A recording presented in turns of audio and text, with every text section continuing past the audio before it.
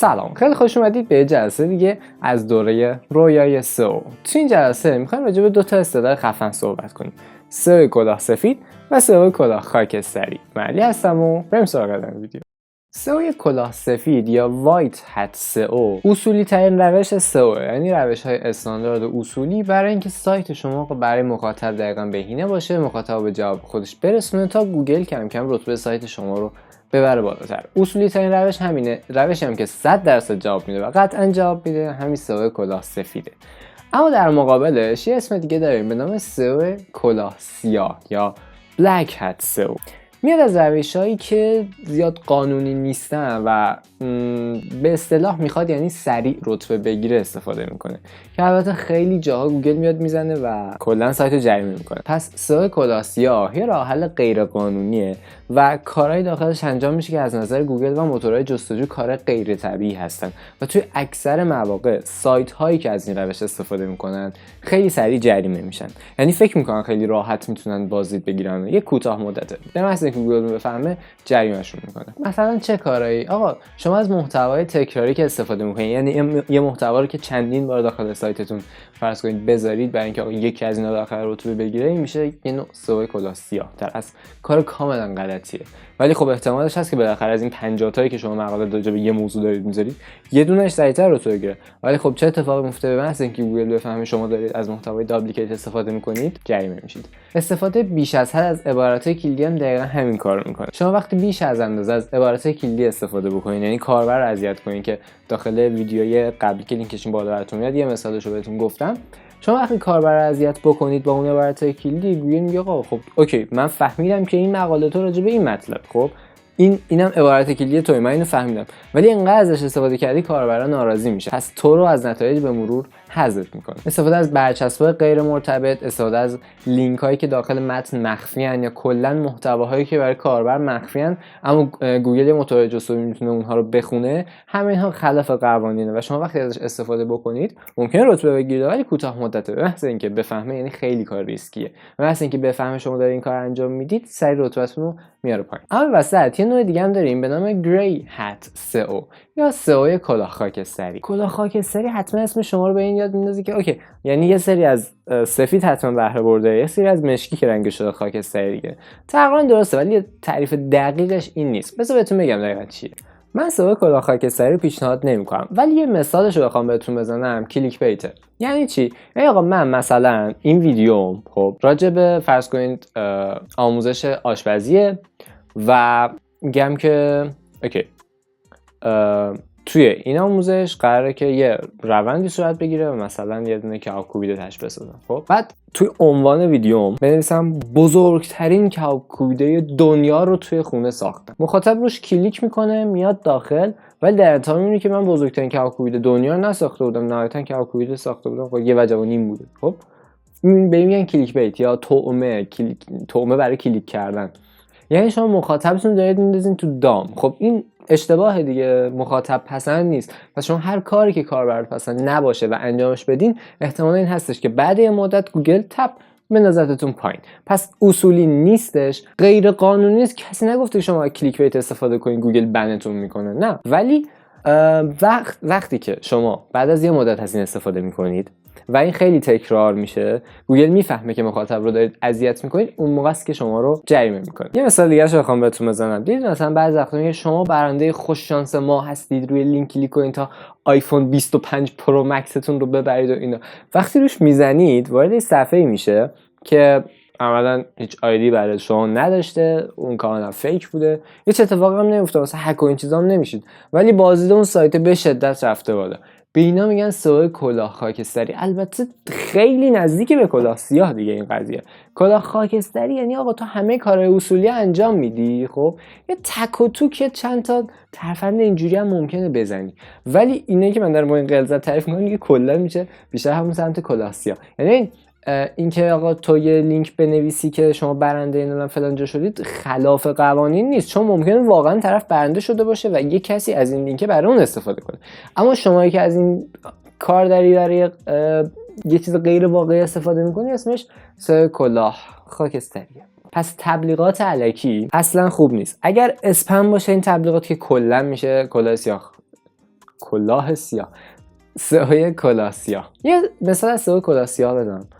تبلیغ کردن سایت های رقیب برای با اون فرآیند کلاه سیاه باعث میشه که شما یه کار انجام میدید برخلاف رقیبتون، یعنی رقیبتون رو دارید ضربه میزنید. خود این فرآیند دیگه خیلی آقا دیگه دارک هستن این قضیه، ولی شما یه سری تکنیکای کلاه سیاه برای رقیبتون مثلا میزنید که رقیبتون بعد یه مدت ضرر کنه. مثلا اول ذوق میکنه که واو من رتبه گرفته سایتم، ولی نمیدونه که رقیبش داره اینور گند میزنه و قرار رتبهش بعدا از دست بده. چیزهای دیگه هم وجود داره که خب من اگه بهتون بگم که خب همتون خلافکار میشین، ولش کن. زیاد راجع به کلاه سیاه صحبت نمی‌کنیم، همون کلاه سفید رو شما انجام بدین. حتی کلاه خاکستری هم تو 99% مواقع نباید سمتش برید، ولی بعضیا لازمه خاکستری. یه مثال دیگه از کلاه خاکستری بهتون بگم. آقا مثلا شما میزنید دانلود بازی GTA V برای اندروید. خب این بازی مثلا عرضه نشده، به صورت رسمی حداقل عرضه نشده. یا مثلا میزنید دانلود کرک بازی GTA V برای اندروید، یا مثلا دانلود فرض کنید نسخه کرک شده GTA V آنلاین. خب اینا واقعی نیستن دیگه. GTA V آنلاین دیگه کرک شدهش معنی نداره، GTA V آنلاین کرک شده نداره. اما شما وقتی همچین صفحه‌ای ساختین، افرادی هستن که اینو سرچش میکنن. شما آقا من یه بچه مثلا 15 16 سالم، نه یه 20 سالم، فرق نمیکنه، دوست دارم آقا GTA V رو رایگان بازی کنم. چیکار میکنم؟ میخوام ببینم مثلا کرکش هست یا نه. میذارم دانلود کرک GTA V آنلاین. شما براش صفحه ساختین دیگه. اینا میگه به به پیدا کردم، میزنه رو شما، میاد داخل سایتتون، میبینه که نخیر به نتیجه نرسید. اصلا فیک بوده. آقا شما همچین دکمه نداره، آقا لینک دانلود نداره اون قضیه. خب یعنی هیچ واقعیتی پشت اون نبوده. شما اولا ورودی گرفتین برای سایتتون، اما کلاه خاکستری بوده، یعنی کاربر رو به هدف خودش نرسوندین، در سر کاربر رو دارید شیره می‌مالید که این کار کاملا غلطه. اصولی نیست دیگه.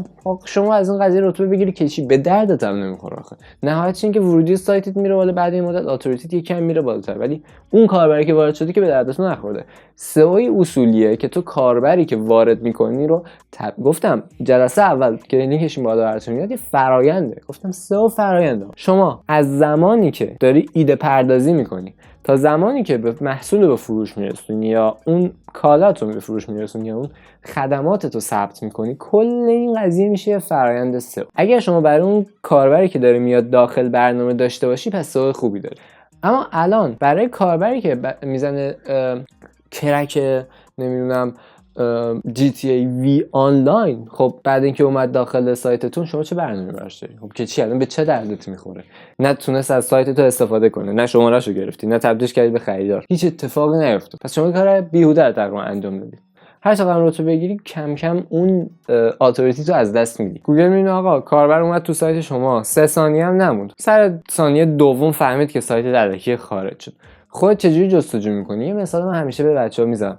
آقا من همیشه اینجوری جستجو میکنم معمولا توی میخوام مشکلام حل کنم، میذارم آقا فرض کن آموزش قرمه سبزی، تو اینترنت میذارم آقا آموزش پخت قرمه سبزی یا طرز تهیه قرمه سبزی.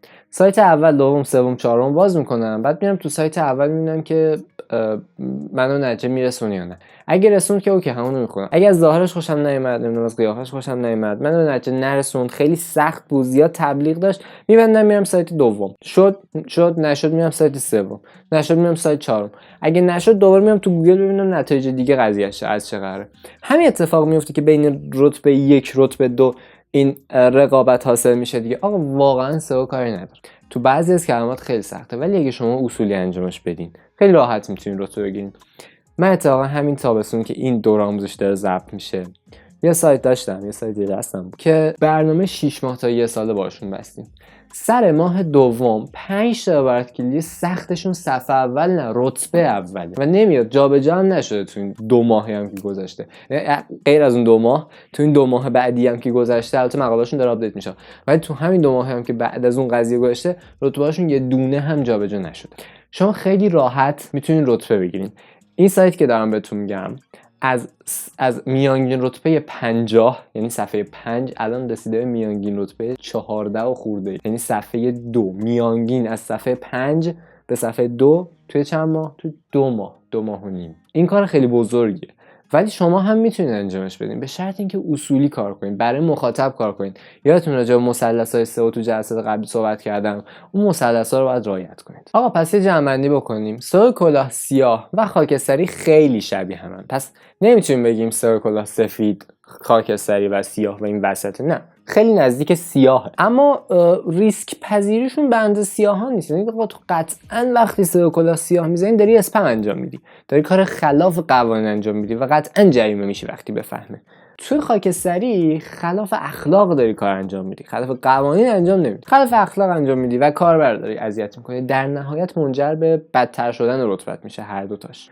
اگر سیاه بفهمه که کلا روزگارت سیاهه، ولی اگه دوم یار بفهمه رتبت افت میکنه دیگه، تو به درد کاربرش نمیخوری دیگه، برای چی نشون بده؟ بازم طبق همون مثلثایی که گفتم. کیا میرن دنبال سئو کلاه سیاه؟ کسایی که دیگه کلا هیچی برای از دست دادن ندارن، کسایی که پولی ندارن برای کمپینای واقعی هزینه بکنن یا پولی ندارن برای سئو هزینه بکنن، ولی در نهایت همونی هم که دارن هدر میدن دیگه، کارش نمیشه. حالا بعد از گفتن همه اینا بریم سئو کلاه سفید رو به صورت دقیق‌تر بررسی کنیم. اولین چیزی که توی سئو کلاه سفید مهمه تحقیق کلمات و عبارات کلیدی و پرسرچ. دومین چیزش تولید محتوای با کیفیت و اصولی برای کاربره. کپی کردن و نمیدونم از محتوای ترجمه استفاده کردن و اینا زیاد به دردتون نمیخوره. محتوای با کیفیت تولید کنید. قدم بعدی تمرکز روی بخش آن پیج و آف پیج، سئو آن پیج و سئو آف پیج که داخل ویدیو قبلی که لینکش بالا براتون میاد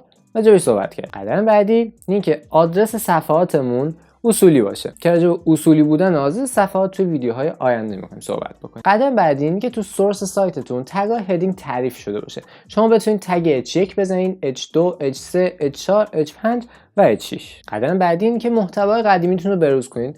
2-3 هفته هر یه ماه، مهم نظم است. 150 تا کاراکتر، 150 تا عبارت اول توضیحات مقالاتتون رو آپدیت کنید در بدترین حالت. در بهترین حالت هم که کلا یه بار مقالات قبلیتون رو نگاه کنید، مرور کنید، ببینید جایش خطا داره، غلط املایی نداشته باشه، آپدیت باشه. همیشه از نظر گوگل اینجوری محتواتون سبز. خیلی عالی میشه که برای محتوایی که داخل سایتتون دارید منتشر میکنید یه محتوای ویدیویی هم یا محتوای پادکست هم اون بالا استفاده کنید. مثلا اگر حوصله خواندن ندارید میتوانید بشنوید یا میتونید ویدیو رو ببینید. همه اینا باعث میشه تایم که کاربر داخل سایتتون میگذرونه بیشتر بشه، قطعا به نفعتون. سرعت سایتتون باید خفن باشه. وقتی کاربر روی لینکتون کلیک میکنه باید خیلی سریع سایتتون براش باز بشه و دیگه از لحاظ سرعت مشکل نشه که یه رو منتظر بشین آقا سایت باز میشه یا نمیشه. اگه باز نشه میبنده میره بعدی و این به ضرر شماست. پس سایتتون باید سریع باز بشه. توی مطلبتون از تصاویر مرتبط استفاده کنین و البته این تصاویر هم باید بهینه باشه. بهترین حالتش اینه که فرمتش وب پی باشه. از لینک سازی نباید غافل بشید. آقا مطالب خودتون رو به هم دیگه لینک بدید. هم لینک سازی داخلی بکنید، هم لینک سازی خارجی. شما به بقیه مطالب سایت‌های مرجع لینک بدید. سعی کنید از سایت‌های دیگه برای خودتون لینک بگیرید، مثلا ریپورتاج آگهی، مطالب کلاب، یعنی شما راجع به اون سایت مطلب منتشر می‌کنید مرتبطه، اونها هم به سایت شما این مطلب منتشر می‌کنن و بازم میگم مرتبط و بهینه، فیک نباشه، اسپم نباشه. گوگل آنالیتیکس استفاده کنید، وب مستر تولز استفاده کنید. اینا رو توی ویدیوهای آینده ابزارهای سئو رو معرفی می‌کنم بهتون. ولی استفاده درست حسابی از ابزارهای سئو میتونه یه نوعی سئو کلاه سفید براتون باشه و به سایتتون کمک کنه. استفاده کردن از شبکه‌های اجتماعی برای سایتتون میتونه خیلی مفید باشه و همینطور لینک‌های خرابی که داخل سایتتون به جاهای مختلف هستش هم باید مدیریت بکنید. اگر لینکی 404 داره، صفحه یافت نشد داره، نمیدونم یه لینکی رو اشتباه وارد کردید، حتما اینا رو باید چک بکنید که بازم میگم چک کردن اینا رو توی ویدیوهای آینده حتما بررسیشون میکنید. موارد دیگه هم هستش مثل اینکه سایت مپ سایتتون داشته باشه دیگه، لینک هایی که استفاده میکنید لینک های با کیفیت باشه، رلش رو درست استفاده کنید، فالو نو فالو اینهاش همگی اصولی رعایت شده باشه. و دیگه بخوام اشاره کنم مثلا اینکه سایتتون برای گوشی های موبایل بهینه شده باشه و مثلا اینکه رقیباتون رو بررسی بکنید که ببینید اونا چیکار کردن، شما هم بتونید یه کار خفن انجام بدید، از رقیباتون به عبارتی جا نبودید. نکات خیلی زیادی وجود داره که توی این ویدیو به تنهایی نمیگنجه و توی ویدیوهای آینده با هم دیگه صحبتشون می‌کنیم.